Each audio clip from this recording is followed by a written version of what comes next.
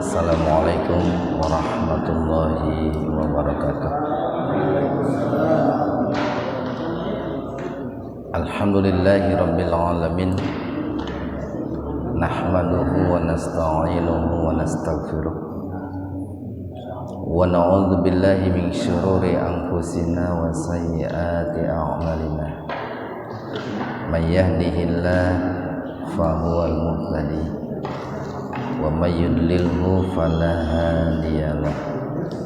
Asyhadu an la ilaha illallah wahdahu la syarikalah wa asyhadu anna Muhammadan abduhu wa rasuluh allazi la nabiyya wa la rasula ba'dah.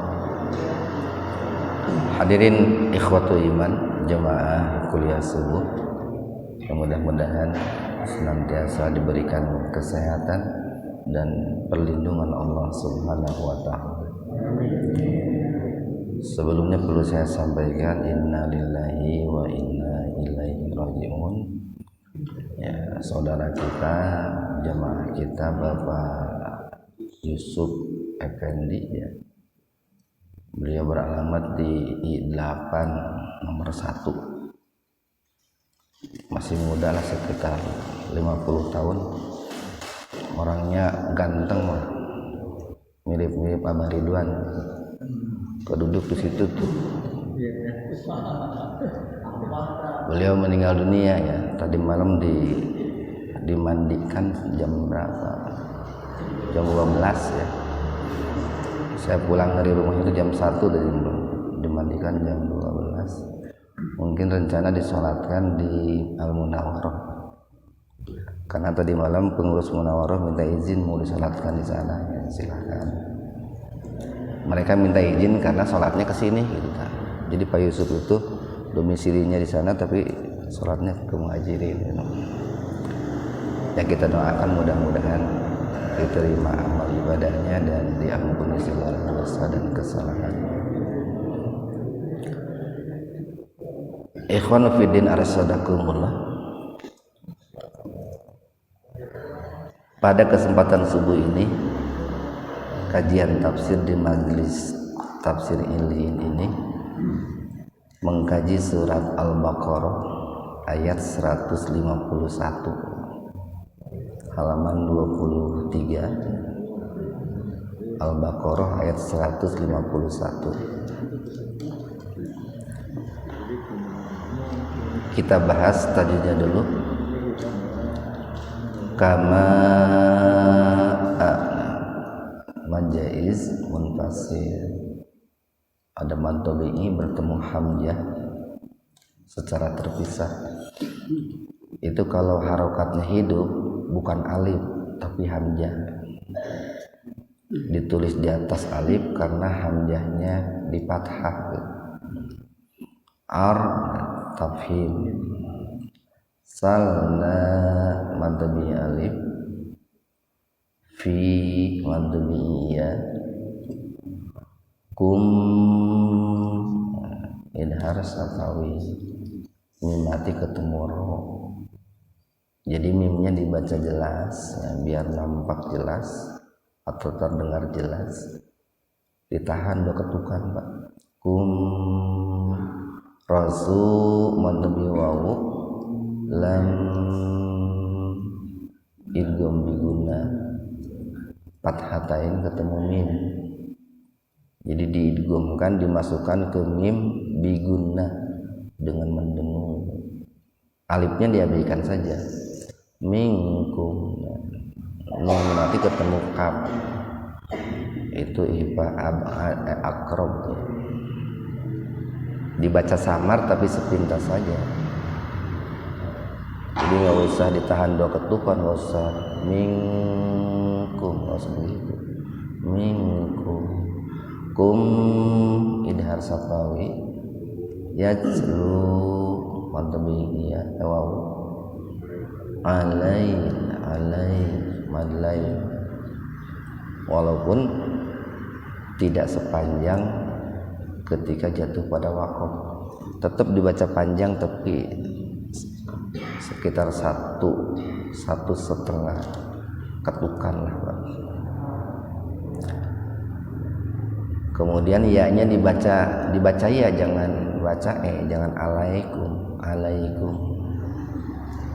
Kum idhar sakawi mad bi alif ya mad badal tina mad bi alif wa yuzak, nah pakai zai Pak. Jangan wayujak, jangan pakai jim, nanti jauh beda artinya. Wa yuzakki madbiya kum idhar safawi wa yu'allimukumul alif lam qamariyah atau idhar qamariyah. Kita man badal wal alif lam qamariyah. Pakai kaf, jangan pakai kof. Jangan dibaca qalqalah, jangan hikmah. Wa yu'allimukum itu mim mati ketemu dengan mim. Jadi sebetulnya mim yang pertama dimasukkan ke mim yang kedua, diidghamkan. Ma madbi alif lam idhar safawi taku madbi wawu nu madbi wawu ta perpaduan bunyi a dengan ain ta'lamun man arid lisukun. Ikhwan fiddin arsadakumullah, ayat 151 ini merupakan sebuah perumpamaan ya, atau sebuah metafora lah ya. Karena di sini kan ada harfu tasbih nih, ada ka atau kama itu huruf yang berfungsi untuk memberikan sebuah perumpamaan. Bedanya antara ka dengan kama itu, kalau ka itu ketemu dengan isim Pak, kata benda. Kal hijaro, al hijaro itu kata benda itu. Kalau kama bertemu kata kerja. Nah kayak ini arsalna itu kata kerja itu. Itu bedanya di situ. Kalau ka bertemu kata benda, kalau kama bertemu kata kerja. Artinya itu sama sebagaimana. Nah tadi ka atau kama itu disebut harfu tasbih, sebagaimana, seperti halnya itu. Nah di sini Allah mengumpamakan bahwa nikmat Allah kepada Rasulullah, kepada umat Islam di seluruh dunia hari ini, itu merupakan nikmat yang sangat luar biasa. Kan dalam ayat 90 kan di ujungnya tuh kemarin ada kata-kata wali utimma nikmati alaikum wala'allakum tahtadun. Jadi Allah memindahkan arah kiblat ke Masjidil Haram itu atau ke Ka'bah itu untuk menyempurnakan nikmatku, kata Allah, terhadap kalian, dan supaya kalian itu mendapatkan petunjuk. Nah dengan adanya Ka'bah itu kan umat Islam di seluruh dunia punya kiblat yang satu. Dengan adanya Ka'bah itu umat Islam bisa menunaikan ibadah haji ke tanah suci, disatukan di situ umat Islam itu disatukan. Nah, betapa besarnya nikmat kiblat ke Masjidil Haram itu diumpamakan oleh Allah nih, kama seperti arsalna, kami mengutus fikum di tengah-tengah kalian rasulan, seorang rasul, minkum, min dari kum, dari jenis kalian. Nah, kenapa kok Rasulullah disebut fikum ya, di tengah-tengah kalian? Tempo hari kan pernah kita sampaikan ya, bahwa secara geografis Mekah itu merupakan porosnya dunia kita. Jadi bagi siapapun ya, bagi orang yang hidup di negara manapun, Rasulullah itu berada di tengah-tengah kita gitu, tengah-tengah mereka gitu. Lahirnya Rasulullah di Mekah itu merupakan tempat tengah-tengah bagi seluruh manusia yang ada di dunia gitu. Karena kan menurut penelitian bahwa jarak dari masing-masing negara ke kota Mekah itu berkisar antara 8.000 sampai 10.000 kilometer gitu. Tengah-tengahnya itu kota Mekah. Makanya kalau disebut fikum, di tengah-tengah kalian, itu tepat sekali. Rasulullah itu memang di tengah-tengah umat manusia, dilahirkan dan diutusnya oleh Allah sebagai Rasul itu. Nah, itu nikmatnya sangat luar biasa. Jadi kalau para ulama kan membagi nikmat itu ada dua. Ada nikmat yang sangat besar, ada nikmat yang besar. Tidak ada nikmat yang kecil, Pak. Nikmat yang sangat besar dan nikmat yang besar. Nikmat yang sangat besar itu, satu, diturunkannya Al-Quran, dua, diutusnya Rasulullah, tiga, dijadikannya kiblat ke Masjidil Haram. Itu nikmat yang sangat besar. Beda jeung urang pan nikmat sangat besar teh lamun gaji gede kan gitu, nikmat gede. Baru atau yang keempat, nikmat ditutupinya dosa-dosa. Itu nikmat yang sangat besar itu. Coba kalau dosa-dosa kita tidak ditutupi oleh Allah, sudah penuh penjara meureun Pak gitu. Atau sudah berapa banyak suami istri yang cerai gara-gara kesalahan suaminya kapangi ku pamajikan gitu. Cuman oleh Allah kesalahan bapak-bapak ditutupi dari istri bapak-bapak gitu. Makanya kan nepi ka ayeuna adem-adem we gitu. Paling biasana lamun geus erek maot sok bebeja bapak teh boga salah ka mamah teh ieu gitu. Geus erek maot gitu sok bebeja pan saware gitu. Tak oleh Allah itu ditutupi. Itu nikmat yang sangat besar itu.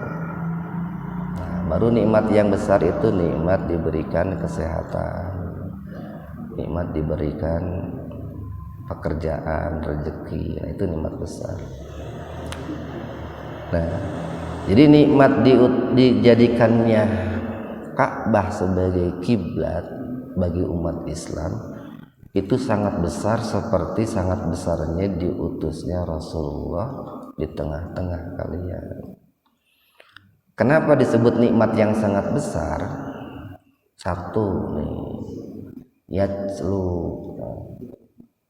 Rasulullah itu senantiasa membacakan, mentilawahkan alaikum kepada kalian ayatina, ayat-ayat kami. Jadi Rasulullah tidak bosan-bosan, tidak ada henti-hentinya. Beliau itu membacakan ayat-ayat Allah kepada umatnya. Walaupun kita tidak mendengar langsung dari Rasulullah, tapi kan banyak murid-murid Rasulullah, para sahabat itu yang tersebar di seluruh pelosok dunia itu.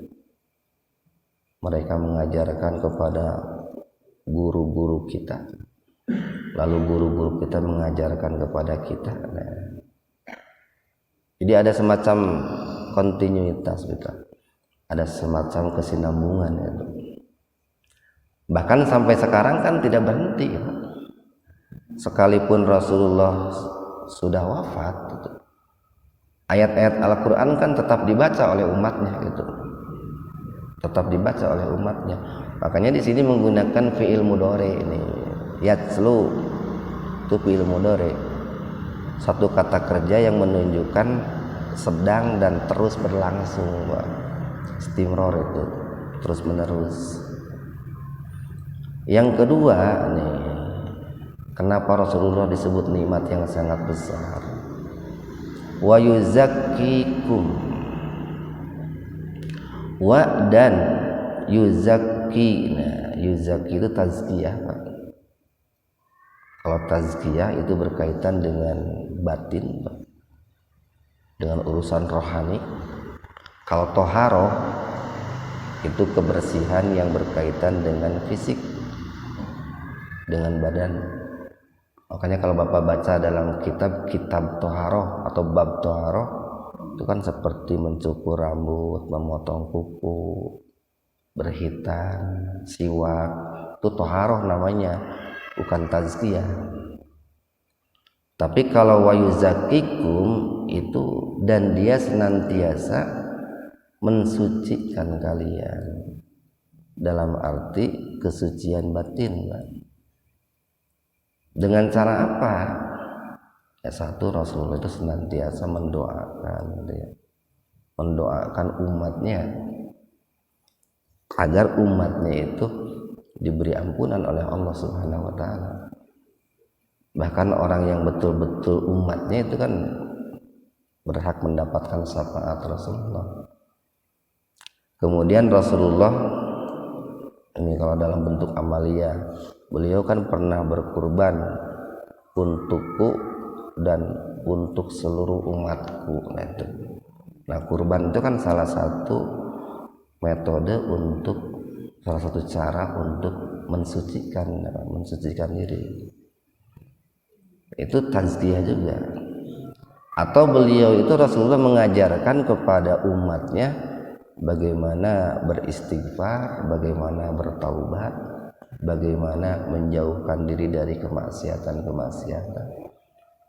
Sehingga di sini pun menggunakan kata fi'il mudhari, Pak. Yuzaki itu fi'il mudhari. Zakka yuzaki. Termasuk Rasulullah itu mengajarkan bagaimana berinfak, bersedekah, berzakat, Pak. Di zakat dengan tazkiyah itu akar katanya sama.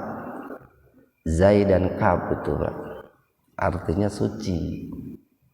Makanya orang yang berzakat itu, kalau di Al-Quran disebutnya itu alladzina yu'tuna ma atau, orang yang betul-betul memberikan apa yang dia berikan.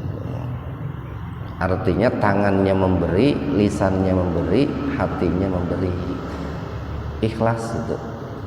Sehingga karena seluruh jiwa raganya memberi, nanti akan berdampak terhadap kelembutan, berdampak terhadap kasih sayang, berdampak kepada rendah hati, gitu kan. Itu dampak dari zakat itu. Kemudian yang ketiga nih, wa dan yu'allimukum. Beliau Rasulullah itu senantiasa mengajari kalian.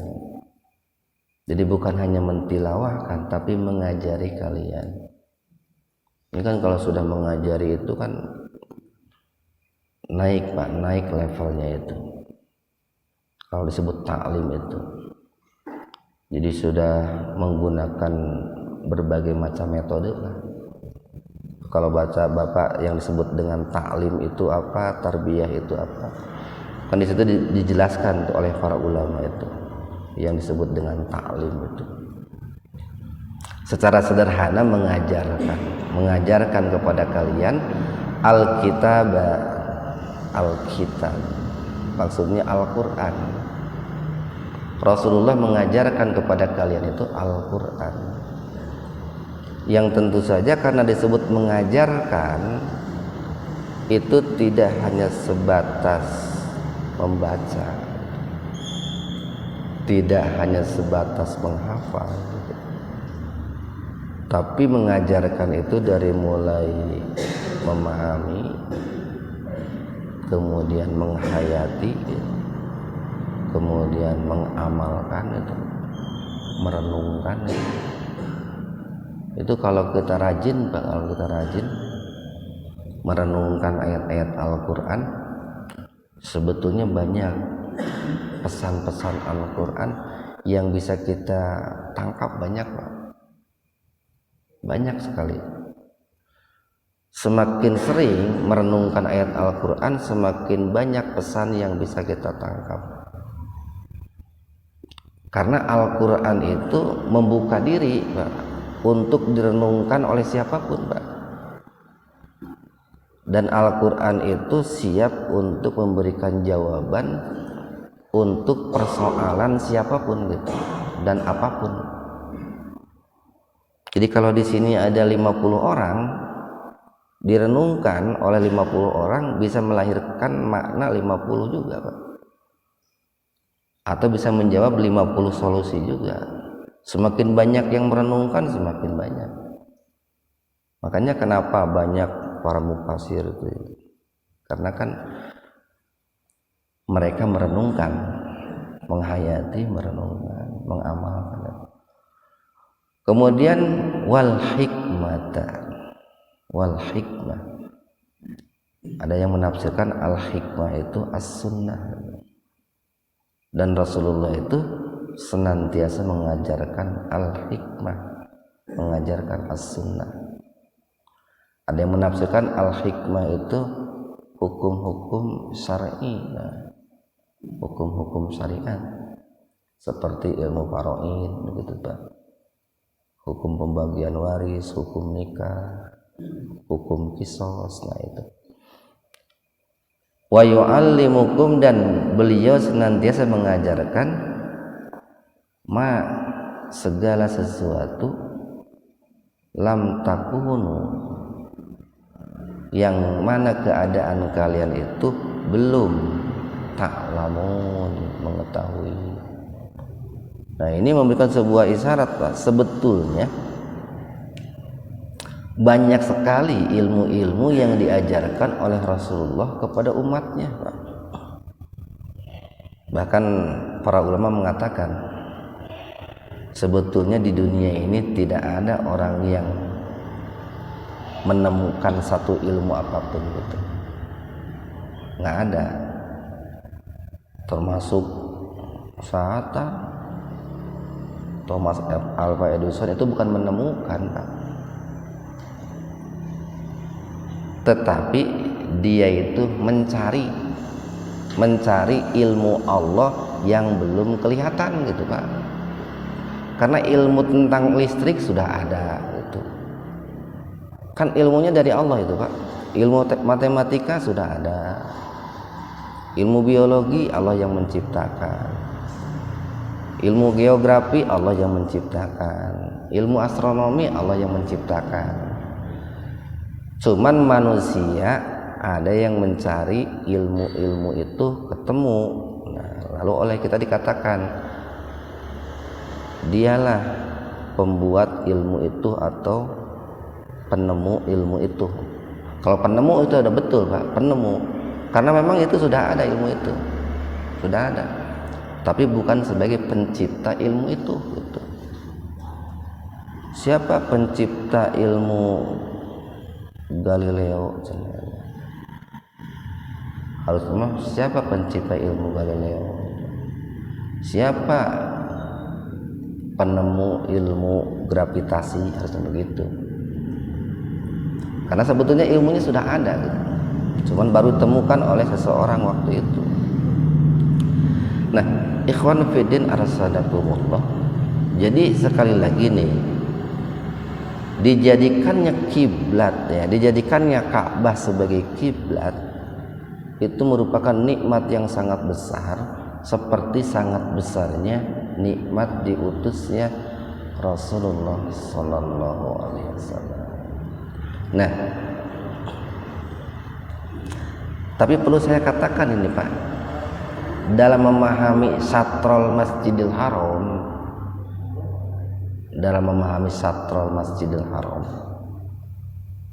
satu nih, tingkatan paling pertama yang disebut Satrul Masjidil Haram itu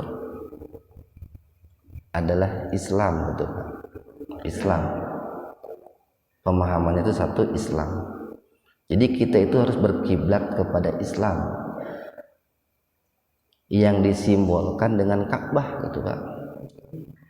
Yang kedua, satrul Masjidil Haram itu Al-Qur'an dan As-Sunnah, di mana Al-Qur'an dan As-Sunnah itu merupakan sumber ajaran Islam, sama disimbolkannya dengan Ka'bah. Atau lebih pertamanya itu tadi Allah, kita berkiblat kepada Allah, yang mana Allah itu menciptakan Ka'bah untuk dijadikan kiblat oleh umat Islam. Nah itu yang harus dipahami itu. Nah sekarang kan muncul umat Islam gitu ya, tentang hari raya Idul Adha gitu ya. Sebetulnya itu bisa dilihat dari berbagai pendekatan gitu Pak. Jadi kalau ada sebuah persoalan itu jangan dilihat dari satu pendekatan. Umpamanya begini nih, tadi kan kita katakan bahwa Ka'bah itu merupakan porosnya dunia gitu ya. Dan di antara dunia yang ada itu Pak, di antara negara-negara yang ada itu, Indonesia ini termasuk negara yang termasuk dekat Pak dengan Ka'bah itu, termasuk negara yang dekat. Banyak negara-negara yang lebih jauh dari Indonesia itu Indonesia itu nggak nyampe 8.000 gitu, sekitar 7.900 sekian lah jarak dari Indonesia ke Ka'bah itu. Itu kalau baca di bahula di geografi itu kan ayat itu, kalau menggunakan pesawat dengan kecepatan 900 km per jam itu rata-rata sekitar 9 jam gitu, 8 sampai 9 jam. Kalau menggunakan pesawat dengan kecepatan 700 km per jam itu bisa 12 jam gitu. Kalau kecepatannya 500 km per jam bisa 15 jam itu. Nah, jadi jarak dari kita ke Mekah itu sekitar 7.900 km. Nah, kemudian dilihat lagi dari sisi ini geografis Pak. Dilihat dari sisi geografis, dari letak geografis. Kita itu kan Indonesia itu sebuah negara yang diapit gitu Pak ya, oleh dua samudra, berada di dua samudra, Samudra Hindia dan Samudra Pasifik kan Pak ya. Kemudian di antara dua benua kan kita itu, antara benua Asia dan benua Australia gitu. Nah itu dengan diapitnya oleh dua benua dan dua samudra itu, kita memiliki iklim tropis itu Pak, memiliki iklim tropis yang berbeda dengan iklimnya Arab Saudi, berbeda dengan iklimnya Arab Saudi. Nah sehingga ketika di Arab Saudi itu wukuf pada hari Jumat, sebetulnya yang saum hari Sabtu kurang tepat Pak. Kalau mau dikatakan kurang tepat ya, yang saum hari Minggu juga kurang tepat itu. Yang saumnya hari Sabtu kecepatan itu, yang saumnya hari Minggu kelamatan itu Pak. Kalau mau jujur begitu. Kenapa yang Sabtu kecepatan? Kan ketika wukuf di sana itu kan jam 12. Di kita sudah maghrib Pak itu. Jadi kita sudah buka puasa, mereka baru mulai wukuf gitu. Kan gitu kan. Di sana baru mulai wukuf, kita sudah buka puasa di sini. Berarti kecepatan kita kan gitu. Bagi yang hari Minggu kelamatan itu tuh. Lambat. Jadi lamun yang disebutkan dua nana benar bisa apa? Yang disebutkan dua nana salah bisa gitu. Nah maksud saya begini, karena tadi yang hari Sabtu yang saumnya hari Jumat itu kecepatan, yang hari Sabtu saumnya itu lambat, disitulah kita menggunakan maslahah mursalah itu Pak. Salah satu maslahah mursalahnya itu coba gunakan pendekatan persatuan gitu Pak. Kemaslahatannya itu persatuan. Ditambah lagi kan beda metode yang digunakan dalam menetapkan tanggal ya. Beda menggunakan metode yang dalam menetapkan tanggal. Nah, kalau di kita Indonesia saat ini Pak nih, saat ini atau di masa sekarang ini dalam menetapkan tanggal itu kan menggunakan imkam, ru'yat, mabim itu Pak. Itu yang digunakannya itu metodenya itu. Ya rada cadel nyari itu deh. Batuk sih Pak. Imkam, ru'yat, mabim. Dengan ketinggian minimal Pak, minimal 3 derajat. Nah, pada tanggal 29 Juni kemarin itu Pak, pada tanggal 29 Juni menurut metode tadi yang digunakan oleh negara kita berbeda-beda Pak di Indonesia itu. Kalau di daerah Sabang Pak, di Sabang itu sudah mencapai 3 derajat. Hilal itu sudah mencapai 3 derajat tanggal 29 Juni. Tapi di daerah Merauke Pak, di Kepulauan Merauke itu baru 0,80 derajat itu. Di Kepulauan Merauke itu. Jadi kepulauan-kepulauan yang ada di Indonesia itu pada tanggal 29 Juni itu ru'yatnya tidak sama. Ada yang sudah kelihatan, salah satunya di Sabang itu udah tinggi itu Pak. Tapi di Merauke baru 0,8. Nah, tadi kita katakan bahwa jarak terdekatnya itu dari Indonesia yang paling dekat ke sana Pak itu. Sedangkan kan Indonesia itu ada 17.500 pulau itu, lebih Pak ya. Saya lupa lagi 17.504 pulau itu Pak. Itu pun data tahun 2000 berapa saya baca 2005 waktu itu. Ayeuna mah bisa jadi meureun nambahan, bisa jadi ngurangan dijual sawareh meureun Pak. Nah,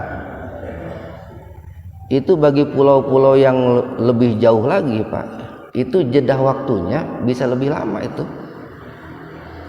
Dengan Arab Saudi itu bisa lebih lama.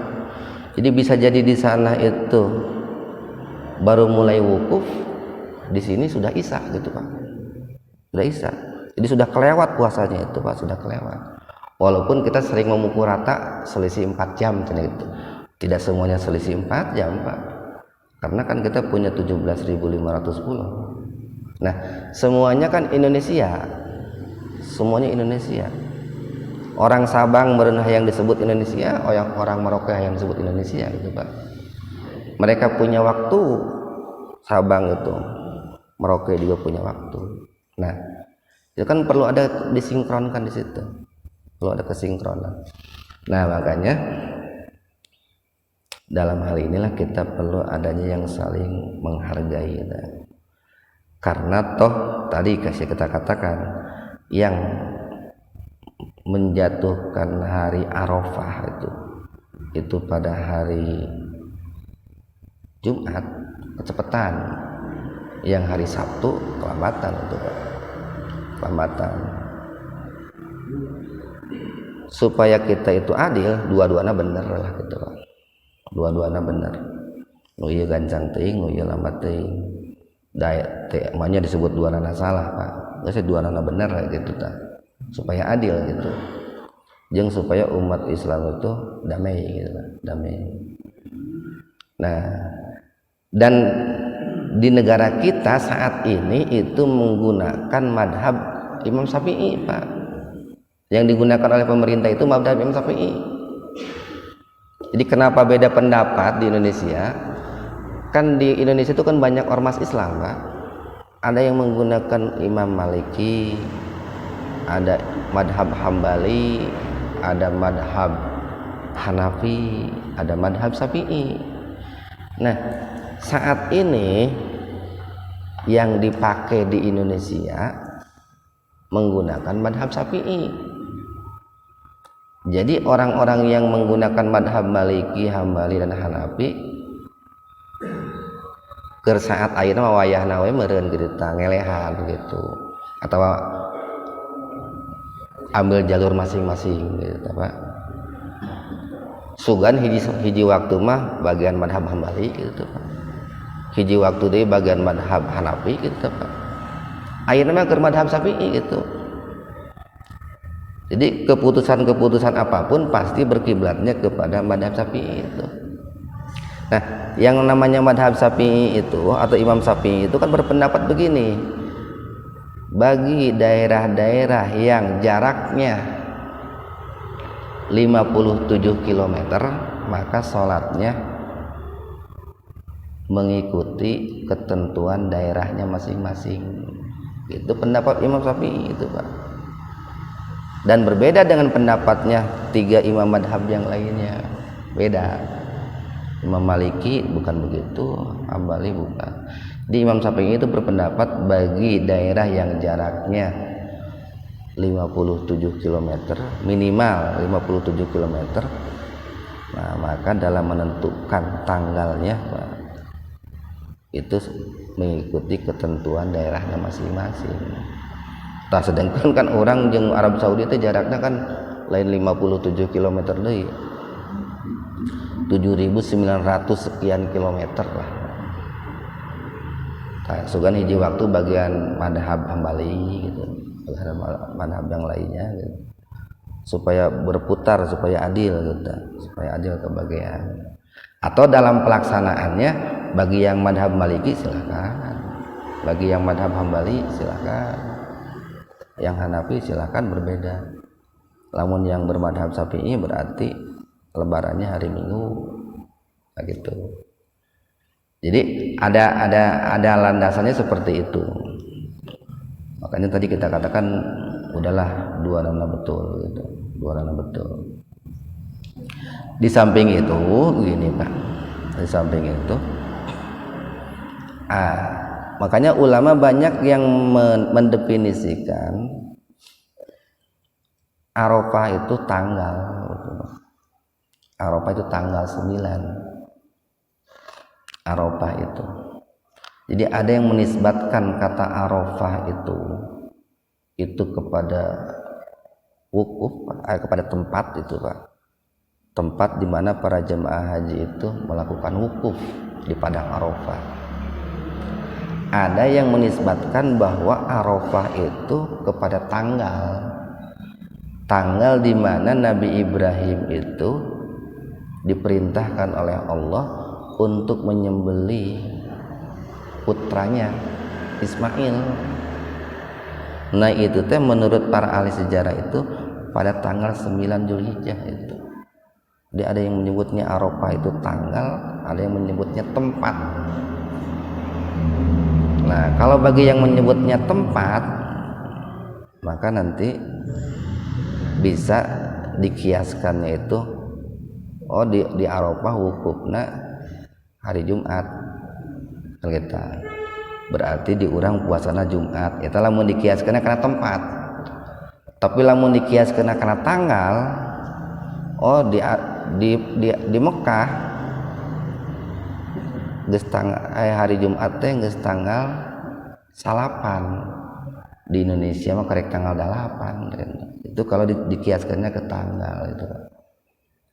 Nah, jadi banyak pendekatan yang bisa kita gunakan Pak, yang bisa kita gunakan untuk menjawab sebuah persoalan itu, untuk menjawab sebuah persoalan. Tapi yang jelas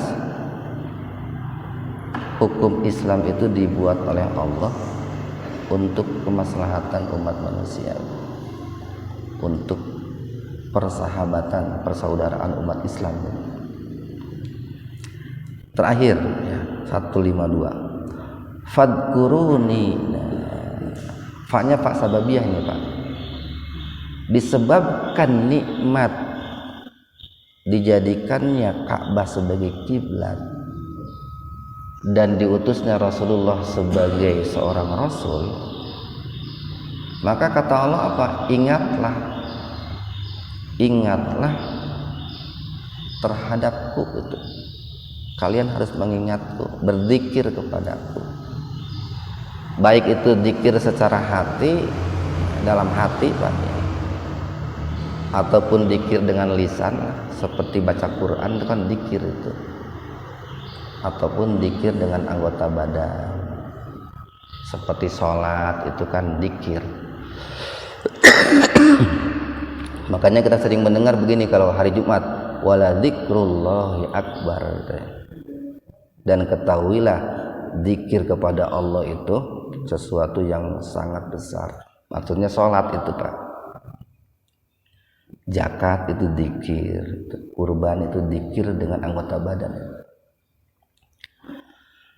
Apa janji Allah?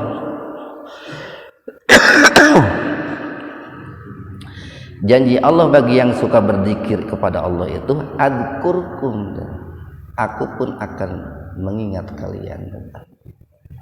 Jadi semacam gayung bersambut gitu Pak. Kita hambanya mengingat Allah, maka baru Allah akan mengingat kita. Mafhum mukhalafahnya Pak nih, barang siapa yang melupakan Allah, Allah pun akan melupakannya gitu. Ini di ayat yang lain akan ada tuh, wala takunu kalladzina nasullaha fa'ansahum anfusahum. Dan janganlah kalian itu melupakan Allah, karena kalau kalian melupakan Allah, Allah akan melupakan kalian. Sedikit lagi, waskuruli, dan bersyukurlah kalian hanya kepadaku, berterima kasihlah kalian hanya kepadaku. Makanya seluruh ibadah yang kita lakukan Pak, sebetulnya itu yang pertama itu dalam rangka berterima kasih. Salat dalam rangka berterima kasih, puasa dalam rangka berterima kasih, wala takfurun, dan janganlah kalian mengkufuriku. Dan nunnya di kasrah itu Pak, nun di kasrah itu menunjukkan saya itu. Jadi janganlah kalian mengkufuri saya. Nah itu saja, mudah-mudahan ada hikmah dan untuk kita semua. Wabillahi taufiq wal hidayah. Assalamualaikum warahmatullahi wabarakatuh.